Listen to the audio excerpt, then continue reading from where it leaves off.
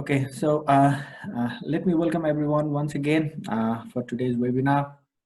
So today we have as a guest speaker uh, Sonal Chitnis ma'am. She is assistant professor in speech language pathology at Bharati Vidyapith University Medical College. So she is a consultant speech pathologist also at neurology department of Dinanath Mangeshkar Super Speciality Charity Hospital in Pune.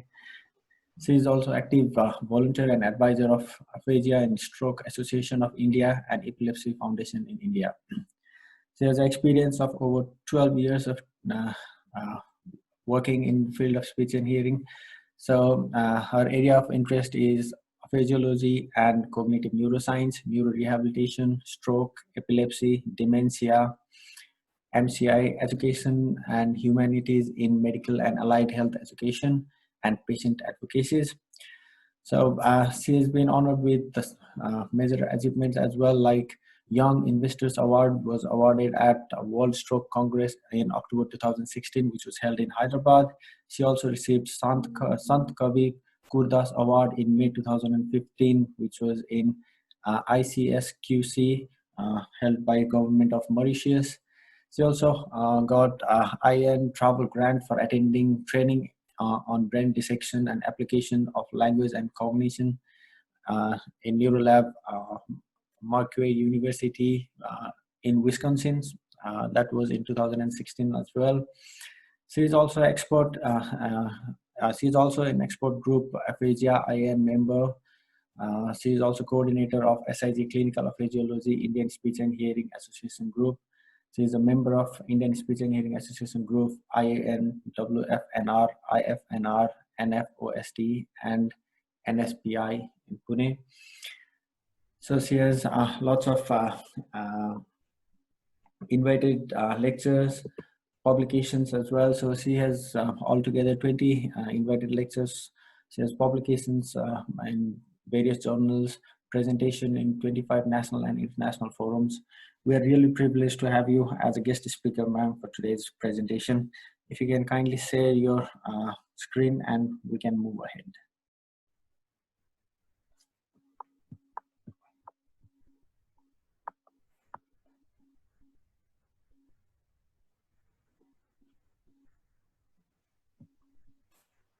Hello. Yes, Thank you so much for the grand and very great and humble introduction for me. I'm very junior in the field of aphasiology with just mere some 14 years of experience from the starting of my bachelor's life that I really liked cognition, neurology, neurosciences a lot. So I think there's a lot to complete, lot to learn. I would like to thank the organizers for allowing me to share my experience, my uh, privilege about the aphasiology, and that I would be able to help you in some way that how you could assess and intervene the many patients you are going to cater in your Nepal. I'm sure that South India, South Asian languages are rich, and I'm not sure about the what language Nepalis speak mostly, but I know that they are well versed in Hindi. So I think few of my videos would be helpful for you to understand that. So we are bilinguals. We have Hindi, English, and some of the different languages we speak. So I would try to cover lot of important clinical aspects of how do you assess and how do you address them. I think I have got an hour to uh, yes, ma'am. talk, and Yes, then we can have some interactions. Okay, yes. you are good seeing my slides and you're able to see my screen. No, ma'am, the screen we are not able to see yet. If you can try sharing it again. Yeah, I think.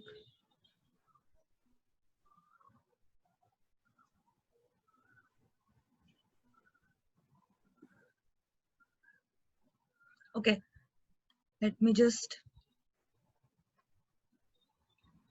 share the screen. Yes, ma'am.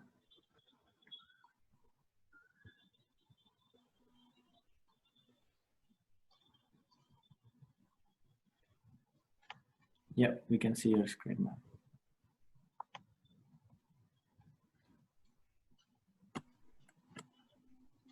Is it clear? Yes, ma'am. Yes. So, welcome to the world of clinical aphasiology. That's something very close to my heart, and I love to talk. And I always want people who have a good, healthy life, who would like to communicate to their loved ones, their friends, their families, to their society. So, it's very important that we take care of communication. And I'm sure in Nepal also, when many people are very spiritual, you like to talk to your God, your divine, no matter you are Hindu, Muslim, or you are Christian, whatever the religion we belong to. Somewhere when we speak to divine, we feel better. We go to the extent that we chant and we feel better. So I think it's very importantly spoken, then the verbal, then written, lots of communicative aspects to be considered while we all communicate to become happy. Okay. So the disclaimer for this talk that I don't have any financial disclosure. I don't receive any grant or anything for the volunteer work I do. I'm an advocate of Aphasia Stroke Association of India. Recently, we have launched the ISHA, Indian Speech and Hearing Association of Clinical Aphasiology Special Interest Group. And I also volunteer and a life member of Indian Academy of Neurology, Indian Federation of Neurorehabilitation. So with that, my advocacy work goes that I want to teach, help people with aphasia, professionals also. So there are lots of unknowns, there are lots of knowns, and I think we have to really accept that speech, language, cognition, communication is beyond understanding of to be covered in very small time. It's like an ocean of aspects. Even in 2 years or 4 years of time span, many things cannot be completely covered and explored.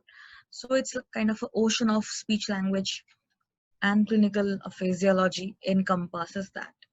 So what I would try to cover today in the today's talk. Am I audible? Yes, ma'am. You are audible, ma'am. Yeah, okay. So I would try to cover a bit of clinical aphasiology in terms of what is it, what we need to really look into, and how we can practice it. Okay.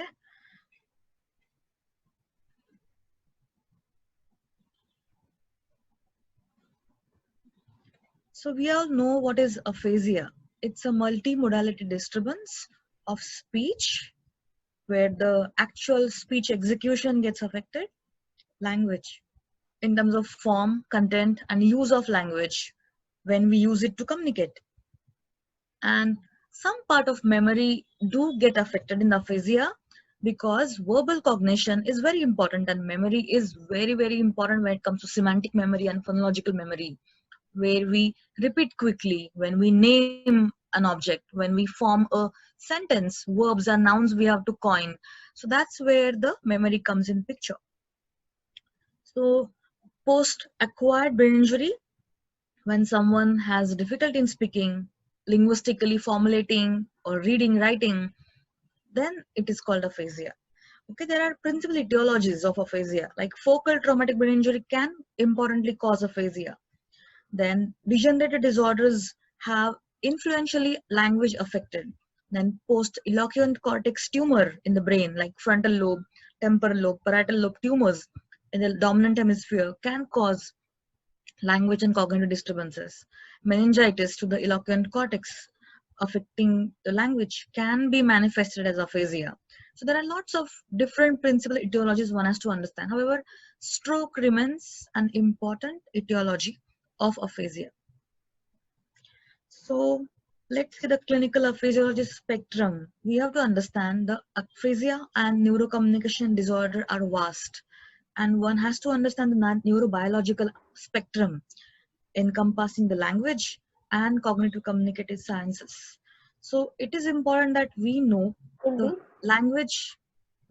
Yeah, hello? Can everybody mute your mics Yes, so ma'am. it I'm doing becomes that. easier? Someone who Yeah. just joins, sometimes it gets delayed. No, Sorry. I thought someone asked me a question. No, sorry. Okay, you can stop me actually, Vivek. Yeah, okay, ma'am. If Yeah, there's anything, I'll let you know. sure. So it's important that we know how language is acquired. So now normal language development in terms of semantics, syntax, then pragmatics, how do we have the cognitive aspects understood, and cognition influencing the language and communication also is important to be known, so that you correlate the brain behavior post acquired brain damage. So what is preserved, what is lost, what is still somewhere preserved and can be regained or recovered. So it would be helpful for us to understand clinical aphasiology spectrum. So we have come long way while understanding and studying aphasia. In terms of Wernicke-Lichten's model, I'm sure, do I have professionals here or I am having a lot of students? The We have audience 40? we have a mixture of professionals and students, ma'am. Okay, fine. I made it very simple presentation. Don't, it's not hi-fi presentation. So yeah, so you all know the language model, how you have understood how do you process the language from the Lichtenstein and Wernicke's area, that you have a concept center B, then you have, are you able to see the cursor? Yes, ma'am. We can. Yeah.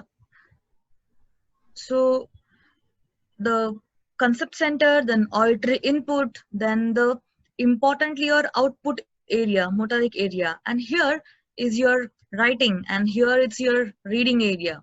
This is how the Wernicke-Lichtenstein helps us understand the model of language processing.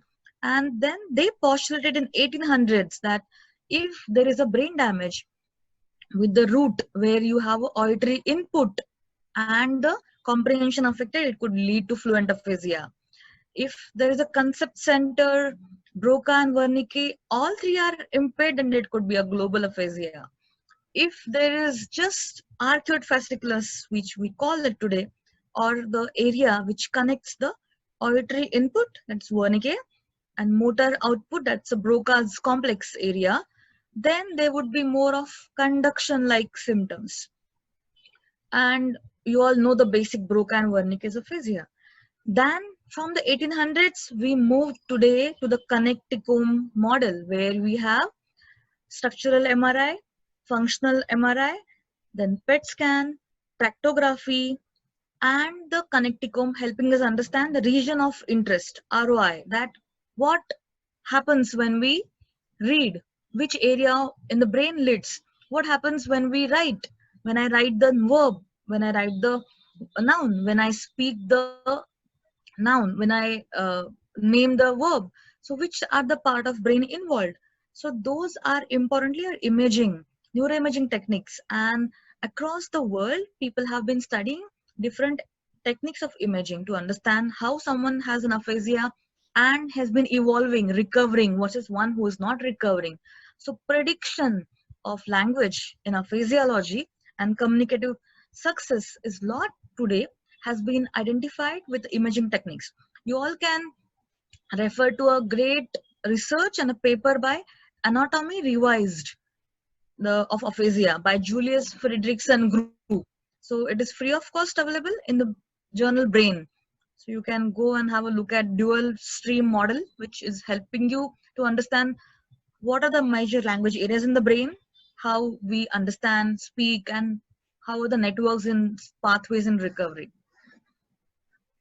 So let's see aphasiology in terms of neurocommunication disorder. So it's very important to understand that dysarthrias, apraxias, agnosia, alexia, agraphia, acalculia, amnestic aphasias are also encompassed in clinical aphasiology spectrum, because motor speech disorders and the typical language disorders cannot be completely segregated. Many of the disorders do have concomitant comorbid syndromes, which could be manifesting from the motor aspects or a verbal praxis, which could be a very importantly again a physiology to be helping you understand that how are they concomitantly, comorbidly affecting the language output.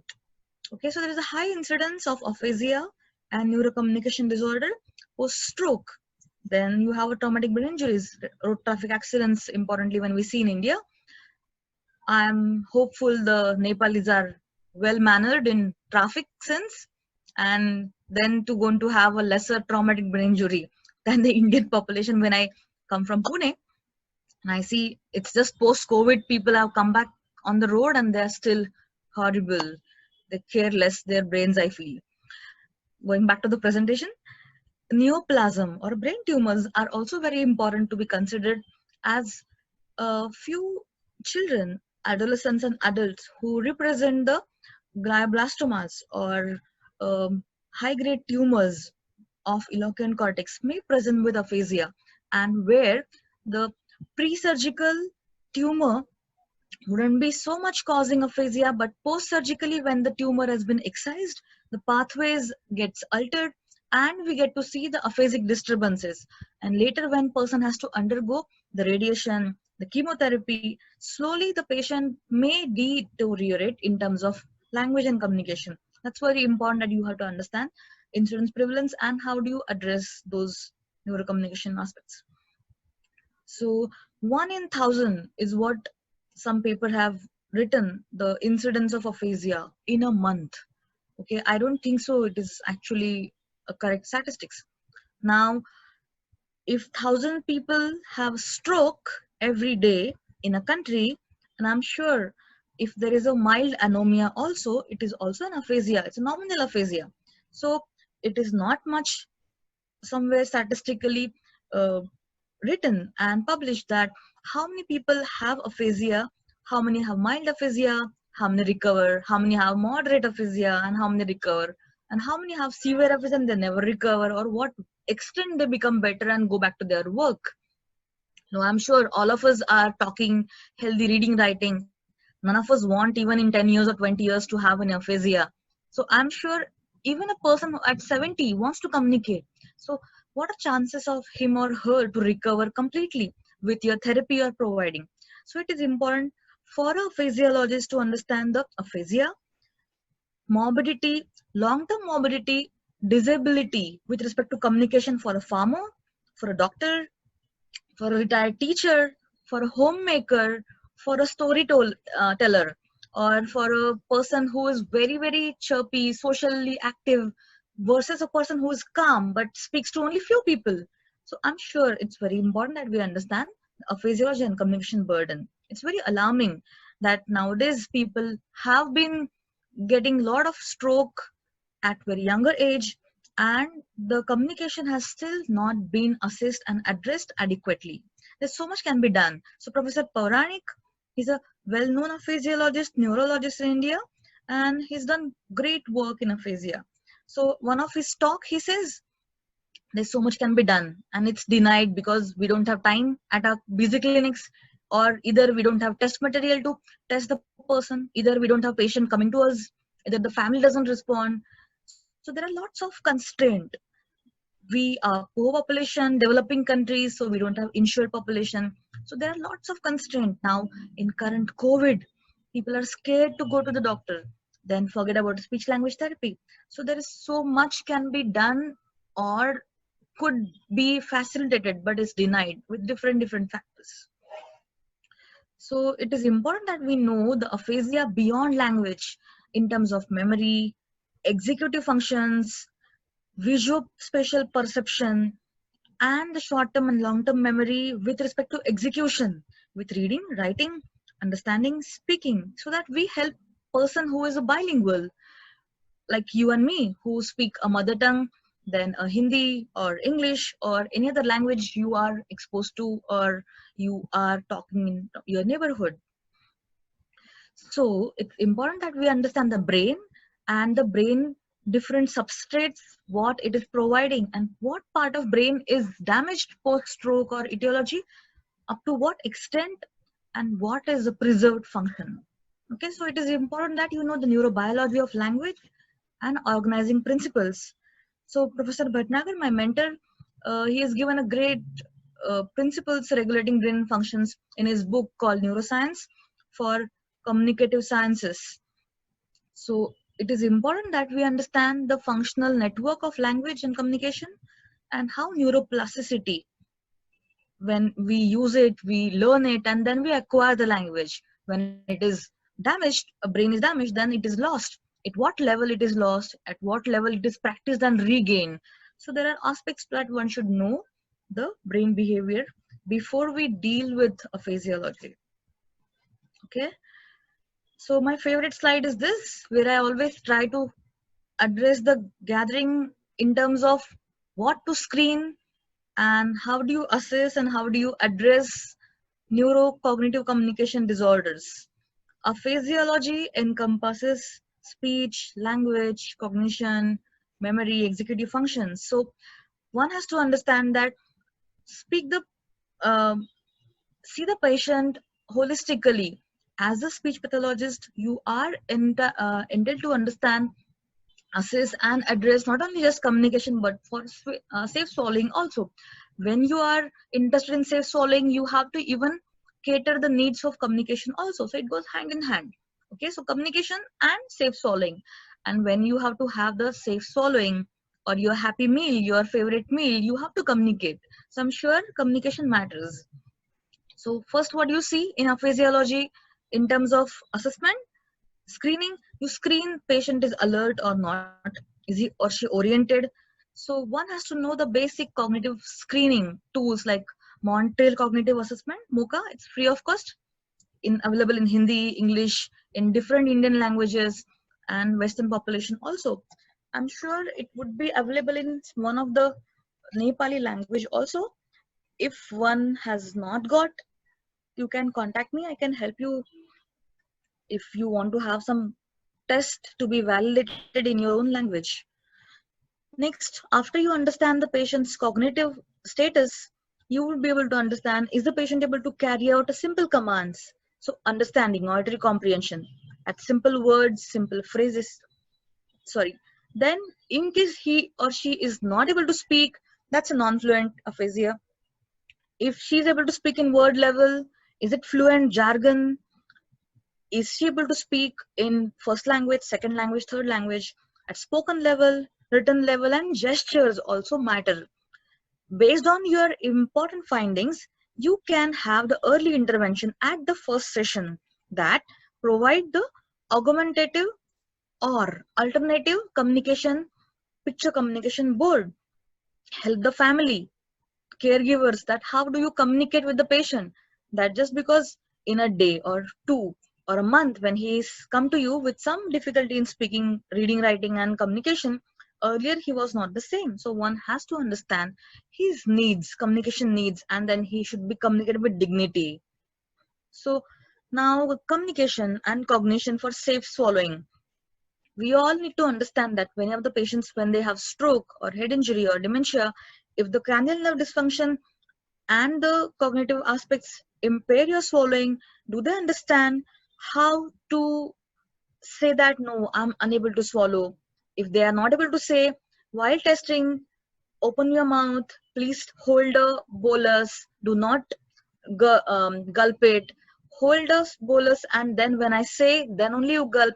Is he able to understand your simple instruction while assessing swallowing?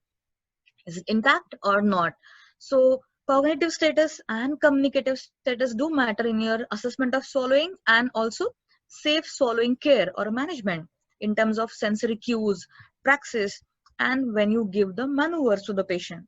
So it is important that you all have to understand the cognition and communication for safe swallowing. Okay, I will straightforward go to the assessment part. So it is important that you know the behavior of the patient. Is he cooperative, agitated, depressed, or non-cooperative? Versus he is cooperative, he is fluent, he is able to understand few commands, able to write at word level, able to read at word level, able to communicate his needs only for the asking for the water, it's paining or it's not good, I don't want to talk, I'm feeling cold. His needs of the ADL versus he's not able to communicate at all. So holistically at bedside in clinical aphasiology, we cater the person's needs at ADL communication. And first you have to understand that how is he communicating with family, the nurses, the caretakers, the doctors or a physical therapist, occupational therapist, along with the you being an important team member. So one has to have a cross-culturally valid test of naming in terms of confrontation naming task, in terms of verbal fluency, pragmatic tools in terms of you have to have a communicative skills. Cognitive tools like Mocha, ACE could be helpful, and a lot of tools are nowadays valid in your own language. So you have to have a holistic understanding of his speech, language, cognition, and communication, social cognition, verbal pragmatics, and discourse abilities. That's a key of your intervention. So what do you see in a formal assessment of aphasia? One has to have the Western aphasia battery, a gold standard tool. In case of absence of the standardized Western aphasia battery in your own language, you all can have your own simple informal test of language, which would test the auditory comprehension, spontaneous speech, repetition, naming, reading, writing. Music is very important that you all test the person's ability to sing, hum in what language he likes to sing, or the second language or third language, because that's also a way of communication. I always say music has been always disregarded, but it would be a good chance for you to understand, is he a good candidate for melodic intervention therapy, which is very important for few of the population who have a right hemisphere intact and the good auditory comprehension, no severe hearing loss. Then spiritual relation to communication in terms of I want to chant, I want to sing arti, bhajan, I want to say verses of Quran, I want to say some songs in choir or churches or parish. I Anything which you have to, you feel like you are happy in terms of talking to the divine, connecting to the divine. So that's important, that how do you connect with spiritual needs, with the societal needs, the functional needs of the communication. So you could have an important connected speech where you are able to give a picture, asking the person narrate what is happening in the picture. Then once the patient is able to come up with some simple phrases to sentences, you can have him write down the simple same words or sentences as per his own way, literacy level, and current abilities with a right hand or a left hand, whatever he or she is managing, so that you understand the written narrative skills also. So I'm sure VAB you all know. So Western aphasia battery is a very important test which can help you understand the aphasia quotient in order to screen where there is aphasia or not, or there is aphasia if it is fluent nature, or there is a aphasia and dysarthria also. Okay, I think I have 10 minutes left and I want half an hour more. Yes, ma'am. Vivek? We can come back again and continue. Okay, that's good. Fine, fine. So when one could have the assessment tools, it is important that we need to understand the outcome of the person with aphasia at day one, pre-therapy. What was the score of aphasia quotient? While taking the therapy, when he or she is improving from global aphasia to the Broca, or global to Wernicke, or Broca to transcortical aphasia, what are the level of uh, modalities he is recovering in and what is not recovered?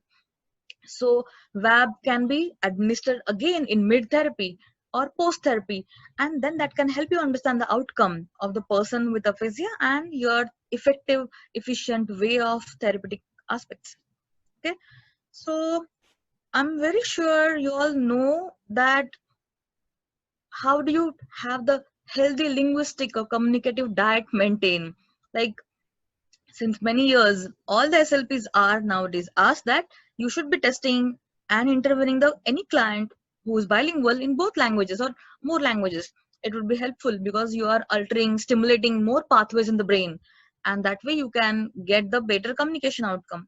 So at home, at neighborhood, at office, at my college, if I'm migrated, what language I'm speaking, and what language is preserved, and what language is damaged or lost post stroke or post head injury or post dementia. It's important that we understand different modalities like understanding, reading, writing, speaking, singing, and in what language modality one is much better, the preferred language he or she is talking, communicating, or he's switching to.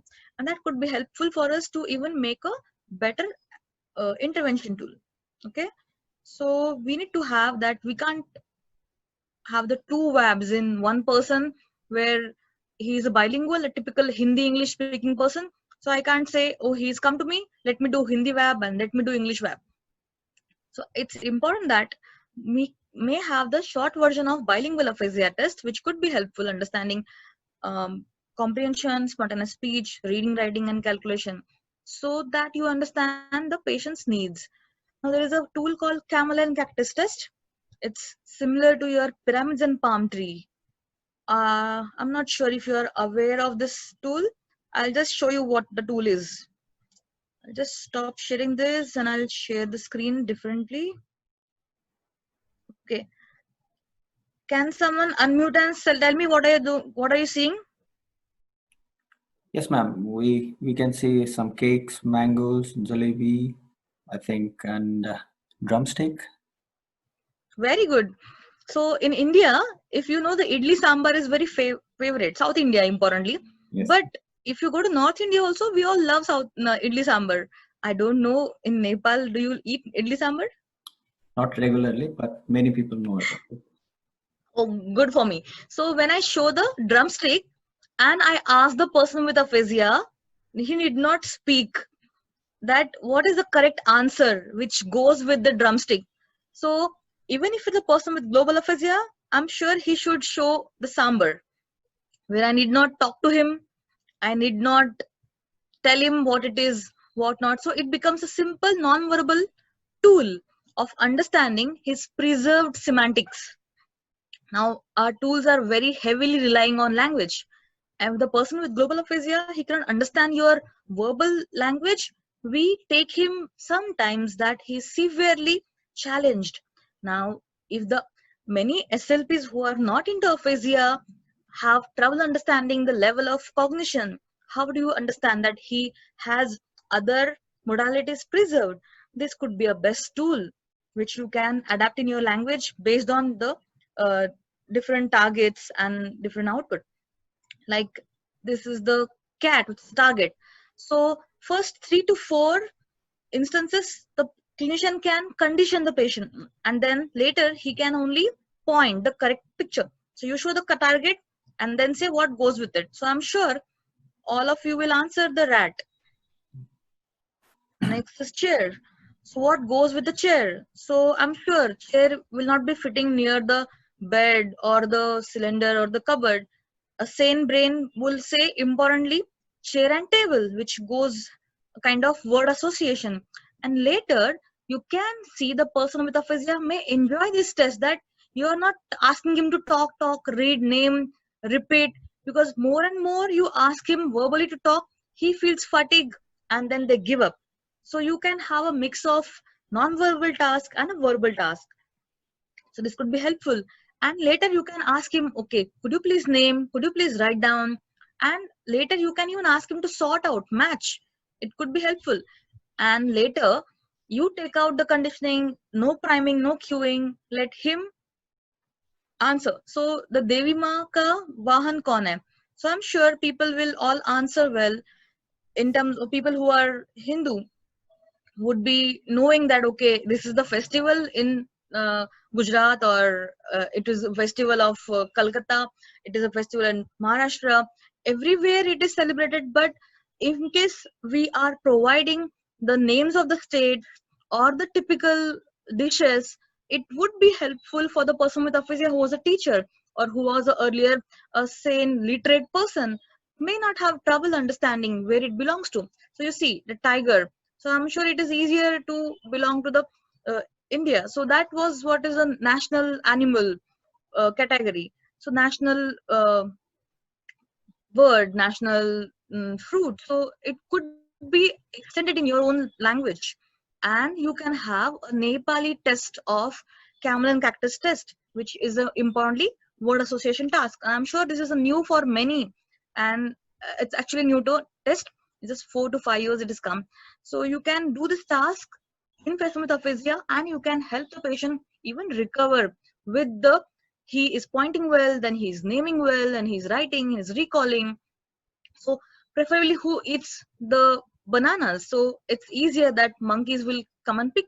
So this could be a simple task, and you did not have literacy having a hindrance, because this could be a common sense, this could be a cultural important aspects which we are testing, whereas many other tests are very culturally and literacy biased tests. So that's how one can have a simpler test which are word association tasks. This is called auto rickshaw task. This is developed by Professor Alladi Suvarna and Avanti Papilkar in Neemhans. It's an adapted version of camel and cactus test. So you may write to them, so ask for the test, and you can develop that. I'll just stop sharing this and I'll new share with this. I hope I was here. It was there. Ma'am, can I request everyone to rejoin so we just start over again so we can continue from there? Is that okay? Pardon? Uh, We have 1 minute. So yeah. what we can do? We can just disconnect this and rejoin, and then we can continue from there. Oh, sure. I'll do that. Yeah, I'll request everyone to click on the same link, and we'll continue from there. See you in a bit. Thank you. Yeah, okay.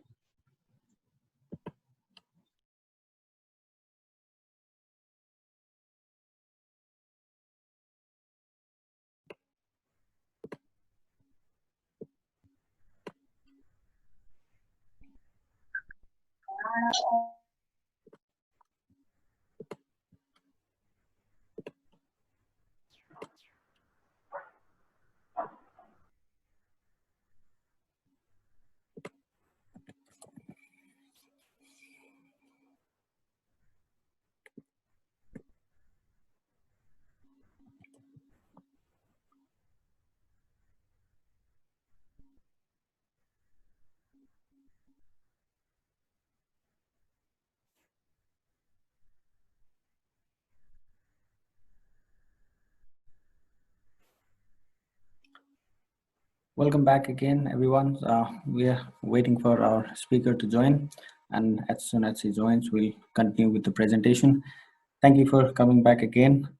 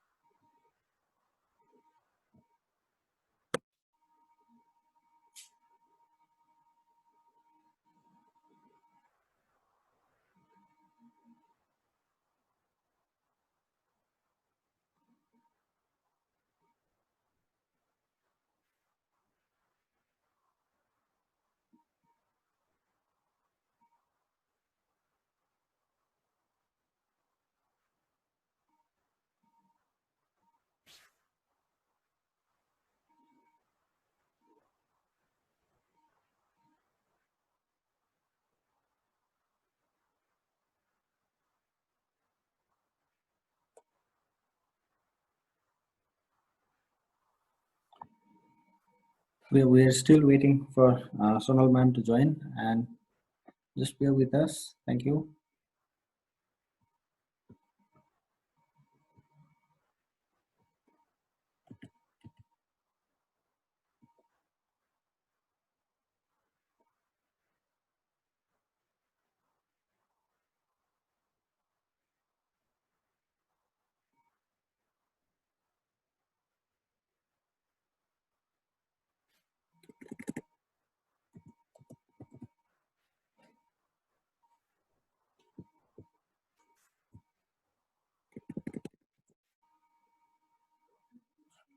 अच्छा हाँ ये join हुनु भएन actually phone आना था ल ल अच्छा बोलिरहेको छु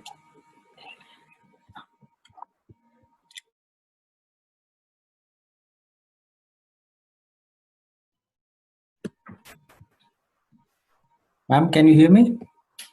Yeah, Yeah. Welcome back, ma'am. So if you can share the screen and we can start from there.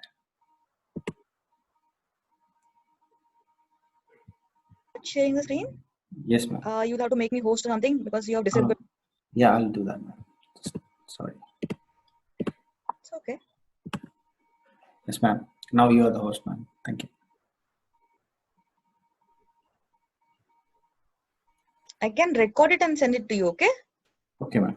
I have yet lot to complete. I should be on time. Okay.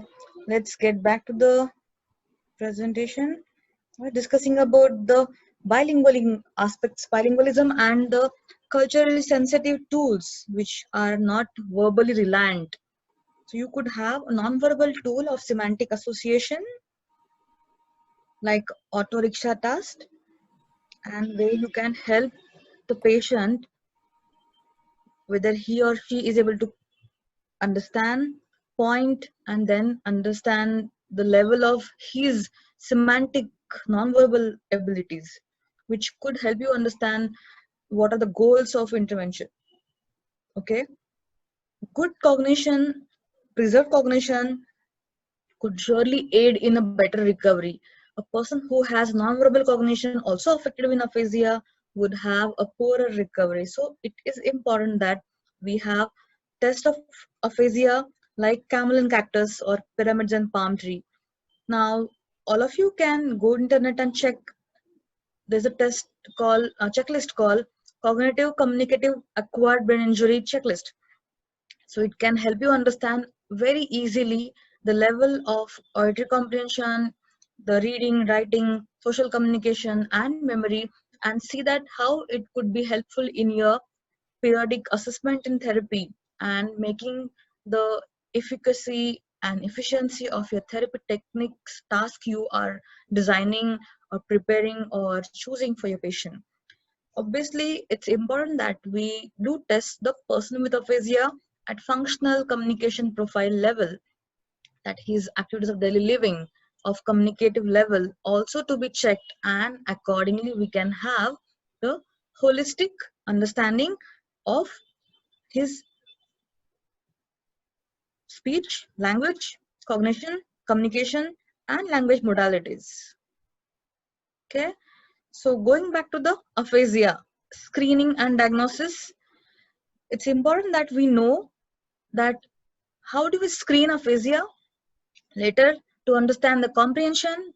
Is he able to understand? Is it intact? Is he able to speak fluently or not? Is he able to repeat? Is it cortical or is it subcortical aphasia? So this is the helpful slide for you. You can have a kind of algorithm which can help you understand the screening of aphasia, and based on that, how do you easily put the person in Boston Diagnostic Aphasia classification, whether he is a Broca, Wernicke, he is a global aphasia where there is severe all modalities impaired, or he's a transcortical aphasia. Okay, so in global aphasia, we get to see a large infarction. Am I audible?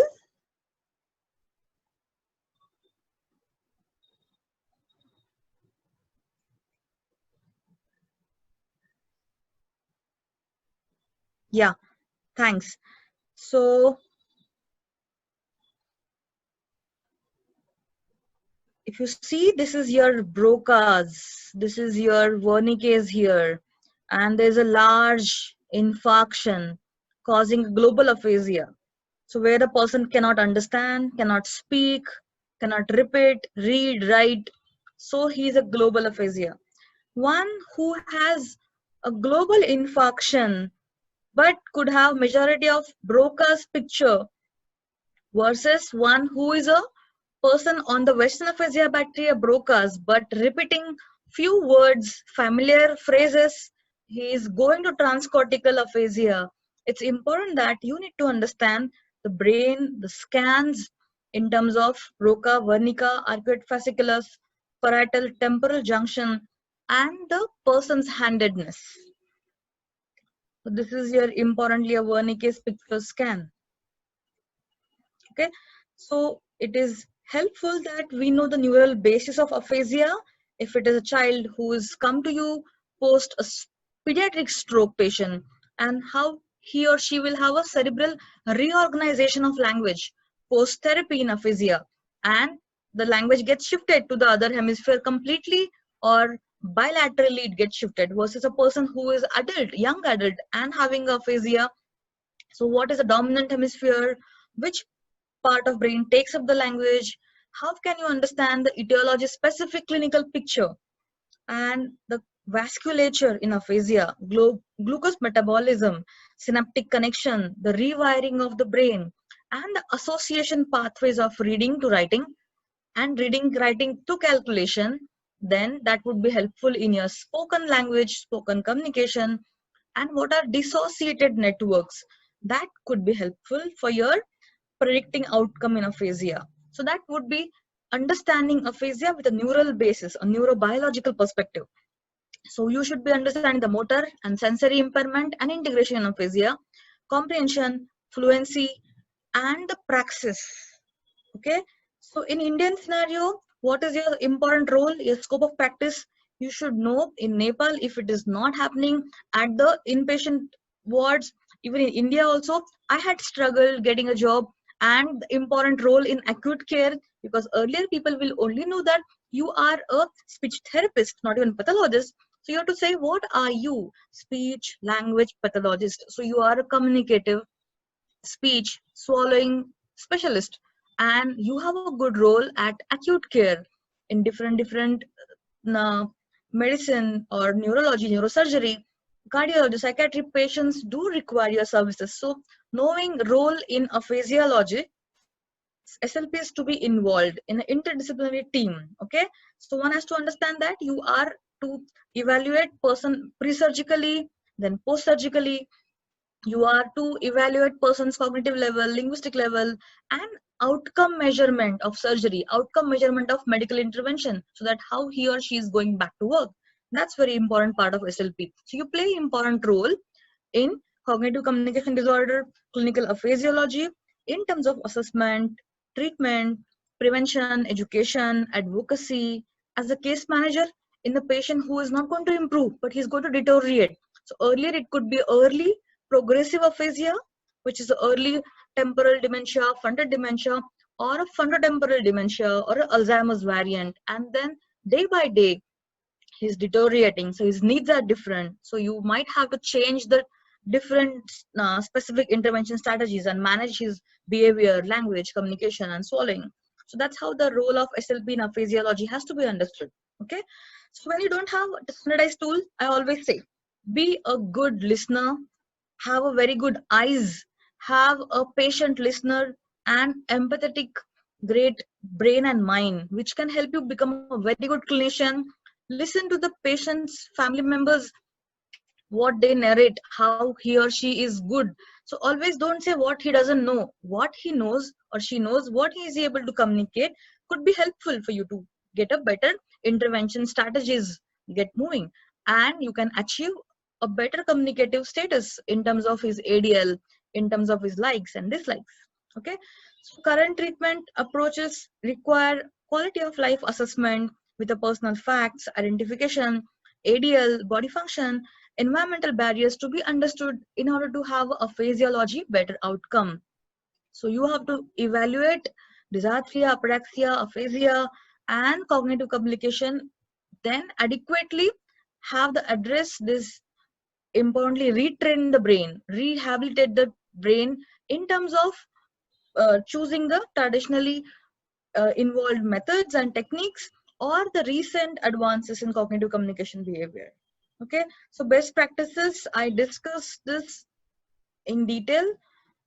So the focus of treatment at acute stage should be on addressing needs of the family and healthcare to communicate with patient, and communication of patient to communicate with his family, the doctor and healthcare professionals. So basic communication board, basic signs, basic simple verbs, nouns. It could be helpful to have the limited aspects at bedside, what he should be focusing on for therapy.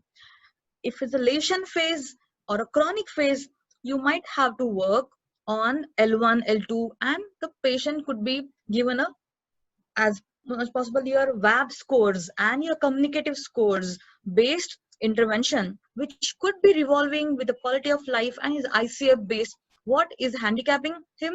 What is isolating him? Which should be importantly focused. Okay, so your goal should be first to inform the patient and caregiver what exactly he is going through, why has he got this difficulty, and then once he accepts difficulty in communication, he will try to motivate himself and family that they have to communicate. That would be reduction in disability. Then you have to understand that there's a no pill that you take and then you start speaking, communicating. So counseling matters. Okay, then talk to the family about prognosis, recovery stages with the patient's variables, the age, the lesion, localization in a layman term. Okay, so have your own language. Good, because I always feel my students nowadays they switch to English. The patient may not know those hi-fi technical words, so learn to understand what could be the simplest term for aphasia. वाचाघात, बात करने में दिक्कत होती है, पक्षाघात आने के बाद में समझना, बोलना, लिखना, पढ़ना नहीं आता है, तो चोट आ गई सर पे, that is not a correct way because stroke is not chot. So you have to understand that simple counseling techniques has to be developed by you. Okay, I'm sorry, there is some ambulance noise. Second goal of intervention is to provide appropriate treatment approach, techniques, demonstration at bedside or at chair side, and you have to give a home program or a practice schedule drills if the patient is not able to come to you every week, or if he's able to come only once in a fortnight. Don't say that, oh, you are not able to come, I can't help you. Have certain worksheets, have certain easy to understand, easy to practice at home drills for the patient. You have to understand now the COVID era has taught us that nothing is difficult. You all can go to the online rehab sessions, be it WhatsApp or the Skype or a Zoom. And even if the patient does not have a smartphone, that would be very rare, but you can have a telephonic conversation, help the clinician, help the caregiver, so that certain aspects could be still worked and he is not denied the therapy. So there should be efficacy of therapy, do's and don'ts supposed to be also important in your goal of communication. Okay, the depression, then the anxiety also are important to be considered. So see that if you need to take a neurological and psychological health to be considered importantly, then don't be adamant. Everything does not happen alone single-handedly by you. So in case there is a severe depression, you need to have a neurologist involved and help him, and that way your oromotor exercises, your communication task facilitation can be heightened. Okay, encouraging the patient and caregiver to continue rehabilitative processes are very important. Okay, so decision making is when you have a person with a good cognition, it's very nice to go with a task based, activity based communication and cognition task. When the person has a poor cognition, it means non-verbally also he is not doing good. Help the person importantly achieve the at least functional communication, where he is choosing simple words from the pictures and trying to mimic or point and ask. Someone who is not able to understand, who is chronic global aphasia, one has to know the limitation and don't give a false hopes, but also work that you have to carry ahead is the communication. So that way I always say that it's not aphasia which is bigger than you. It's your communication, your human needs, your motivation which is beyond importance. Okay, so aphasia should not demean you, and that's what is life participation approach. It is a biosocial approach. Okay,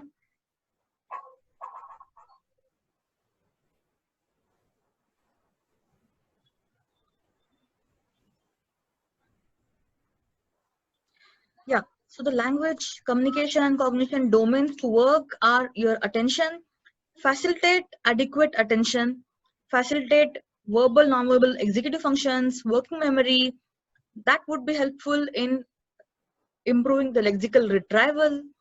And obviously the conversation needs what we all want to aim to achieve, improving the confidence, life participation, that patient is involved in everyday morning, afternoon, evening, his pre-morbid life related activities.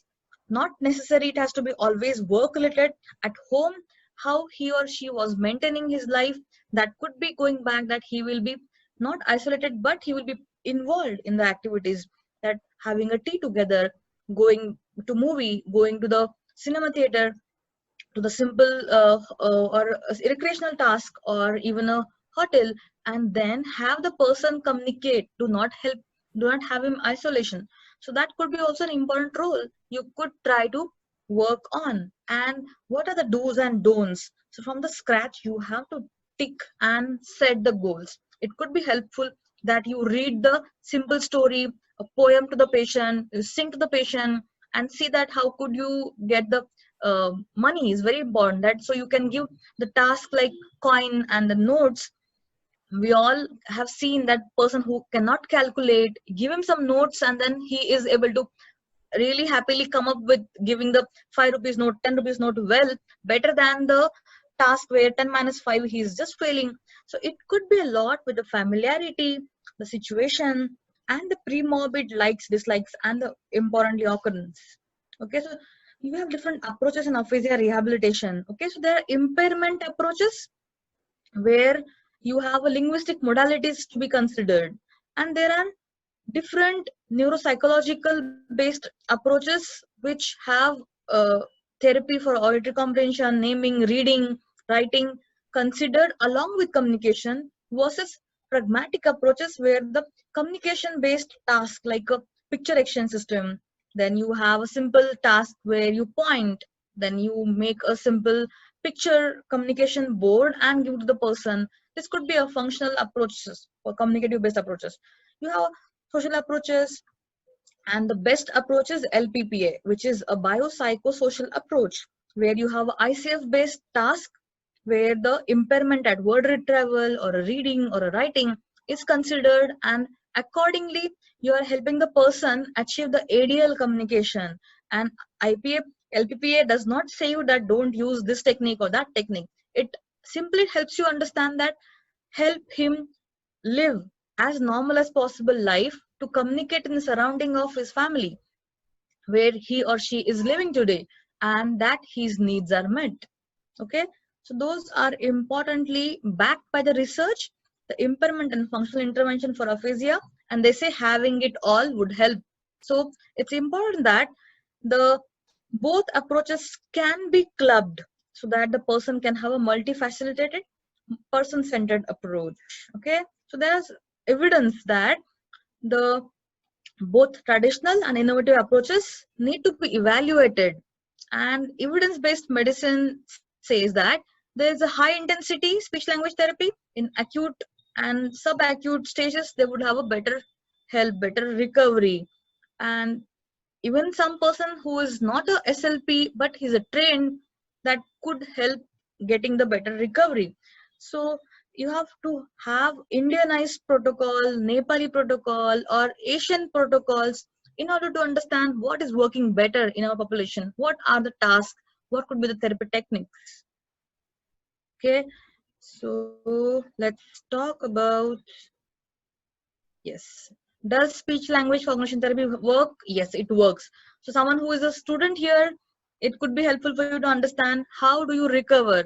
So majority of global aphasia who are above 50, they go for the Broca's recovery pattern.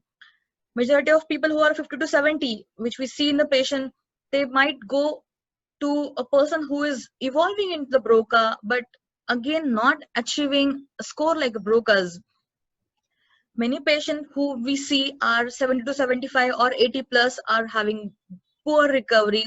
They may remain kind of global aphasia evolving into Broca only, but their communicative levels may improve.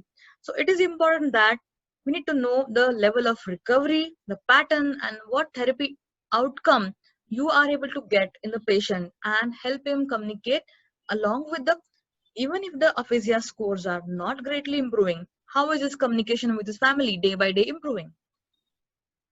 Okay, so you have to understand there are different intra and inter patient factors. The clinician also should be able to understand and get adequate training before he or she helps the patient, so that you are well equipped with the current up to date knowledge. And there are different variables, and how do you find a solution than the scribbing? So then you need to understand the clinician related variables. As SLP, get yourself trained, do some different courses. There are different courses like Tactus Therapy has good online courses. LPPA has some simple and cheaper courses for aphasia therapy. So you need to know the behavioral and neurobiological based for therapy, which is rivastigmine, donep, admenta. There are certain medication which could be helpful. So get in touch with your neurologist and see if the patient needs any cognitive stimulant. Will that help the patient along with your therapy techniques? It could heighten and alleviate the patient's difficulties. Okay, so you need to know the natural recovery phase versus post natural recovery, how your speech language therapy going to help the patient. Now, when to consider the AAC, you need to understand if the patient is unable to call attention or say the emergency or say his basic needs. If he is not able to prepare a message, if he is not able to communicate, he has to get up from the bed or not able to call someone, I feel you have to consider the communication board for the simple food, ADL activities. He's feeling cold, he wants something, he does not want something. So you have to determine what are the factors in aphasia which have to be considered, and with the factors determining the intervention, you have to make your decision making what therapy techniques you would be utilizing. So best therapy techniques are cognitive linguistic task or cognitive communicative therapy. You have a picture based communication and the app based communication, and you have a one-to-one person to therapist to a clinician, a therapist to the patient based one-to-one in-person therapy. So you have to decide how are you going to help the person with aphasia and his caregiver involved. So cognitive tasks are spatial processing, memory task, attention task. Here also you have a verbal and non-verbal cognitive task. That could be helpful. With that, you can go ahead with a naming therapy, which is again a neuropsychological cognitive based therapy where you can go for rhyme judgment, syllabic identification, phoneme sound identification, category matching. This could help in achieving a better naming. So spoken to word written matching, written to word to spoken word, written word to gesture, gesture to spoken word. So similarly, you can have a reading and writing therapy techniques. Okay, so I'm sure you all have sorry, a book called Cognitive Neuropsychological Therapy Techniques, no, Approach for Aphasia by Whitworth. So it has given different nice therapy techniques with the research backing. How are they working on level of impairment, and what are the tasks which could help you understand, and what is the domain to work in terms of aphasiology multimodality technique. Okay, so cognitive linguistic therapy in terms of your semantic feature analysis is a semantic therapy. So you have to consider a attribute, like if the object is car, so you have to see the car, what category it belongs to, what attribute, what is the function of it, the color, then what is it made up of, why it is needed, what are the different contemporary objects with that. So you can have an attribute picture matched word to picture, yes or no, and a categorization which can facilitate person verbal retrieval. So yes, I will not read this, just yeah, this what I would like you to actually have a look at. So I coordinate the website, which is Aphasia and Stroke Association of India.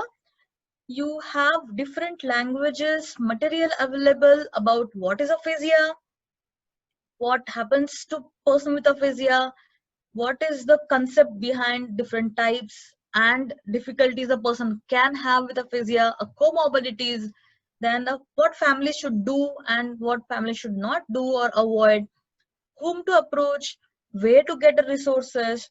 So these are available in different languages in this uh, website. In the resource section, check Hindi Aphasia Therapeutic Workbook, which can help you understand the different level of therapy techniques.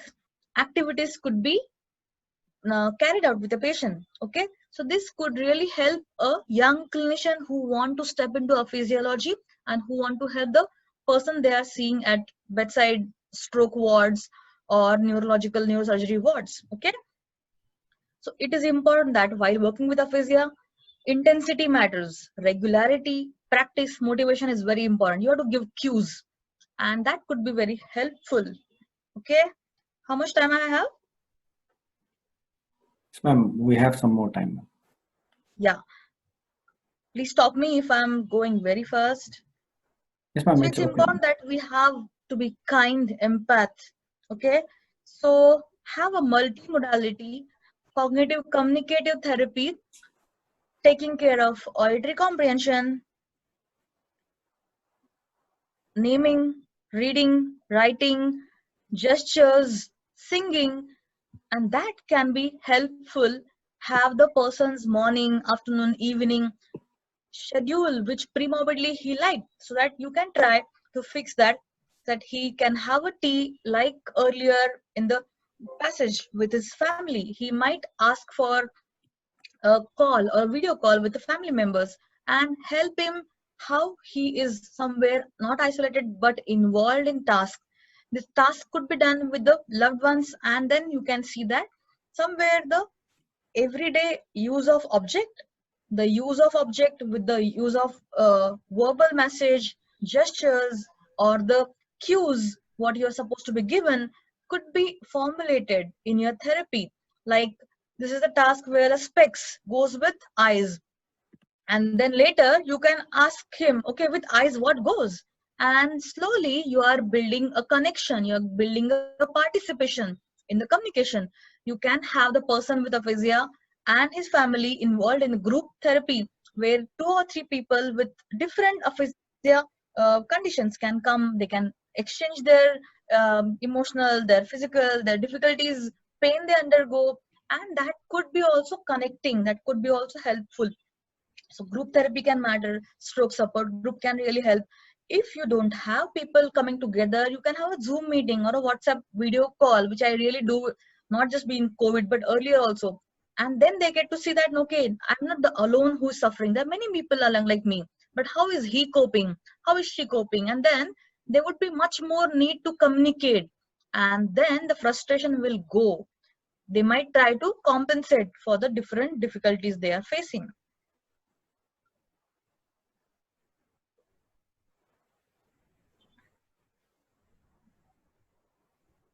Okay, so you should be having a tailor-made therapeutic intervention in person with aphasia, matching, sorting, going from the word to the verbs. Sentence is very important. So I would always prefer having the verbs worked equally important with nouns. So likhna, utna, dodna, sulana. Have first only binary choices, two pictures, sona or sulana or likhna, and the picture is where the mother is putting the baby to sleep, and then it's very easy for the person to point to the correct picture, or you could say dodna or batna, and then the person can correctly show the correct picture.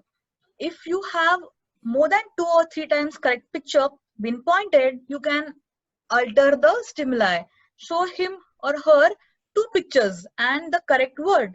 There what happens that you are trying to change the stimuli and modality. So this way you can have word picture, picture word, word spoken to written word, or gestures and the spoken word, gesture to the written word matching, and it could really help in your daily life communication skills. Okay, so have appropriate pictures which are easy to understand. Don't have a very difficult picture which even a normal person will have trouble identifying.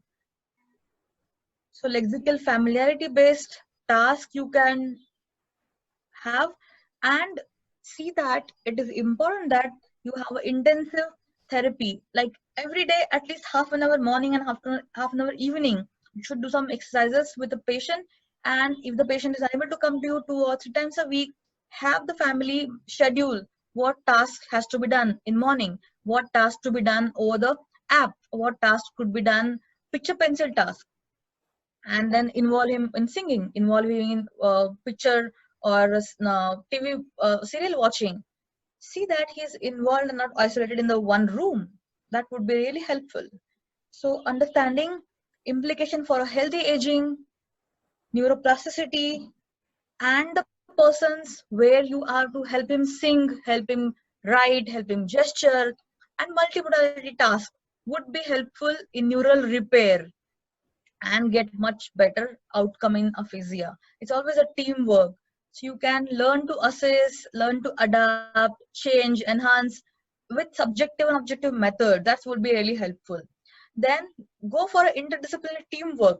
So occupational therapy, physiotherapists do somewhere actually help and aid in our therapy when they count, when they make him or tap.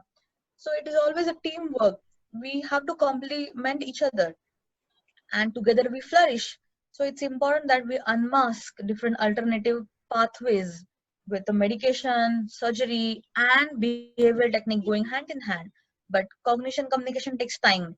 So you have to motivate, tell them to keep learning, keep doing retraining. Okay, so everything is possible. So future looks promising, brain health, if you really want to rewire. Okay, there's nothing difficult. A brain is plastic because it tries to regain, and better the stimulation, more the recovery.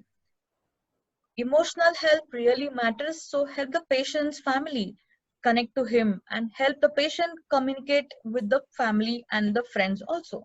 Okay, I thank my guiding stars who have really made me what I am today, and my team, Bharati Vidyapeeth and Mangeshkar Hospital and Marquette University, Indian Aphasia IN Group, and currently the Isha SIG Physiology mentors. Okay, so the being pragmatic, cognitive behavioral, communicative rehab improves bilingualism, or if a monolingual, the client is monolingual. Okay, thank you. Thank you very much, ma'am. It was, thank you very much for your time, your resources. They were like detailed yet simple to understand. And what I could understand, though I don't practice so much of aphasia, but what I could understand is we have to start with the basic, listen to the patient, even if you don't have resources, try and understand them, make functional goals so that it happens like they like to do that, and then they are more comfortable doing that, take it from there. And I think some of the tools which you have said are pretty interesting, and I think most of us, those who are working with aphasia, will definitely go to the site that you said about and then take help from that, and the tests as well. I think it's a good way to implement into the Nepali society, and then we might even try not with the idli and dosa, but somewhere which we can get it to our side. So we have few questions, ma'am. Sure. We have some 4 minutes remaining, so we'll try and You want to restart again meeting so uh, we can, interaction goes ahead? yeah, we can do that as well. So yeah, then what I'll do is we'll end this now and we'll rejoin and we'll do the question and answer Sure. session. I just have some And water. yes, ma'am, Yeah, you take your time as well. and be ready with your questions. I'm happy to take few more questions and all. Yes, ma'am. Yes, ma'am. Okay, ma'am. So we'll see Okay. you in few minutes, ma'am. Yeah, thank you. So I'd like to request everyone to join back for the discussion session. See you in a bit.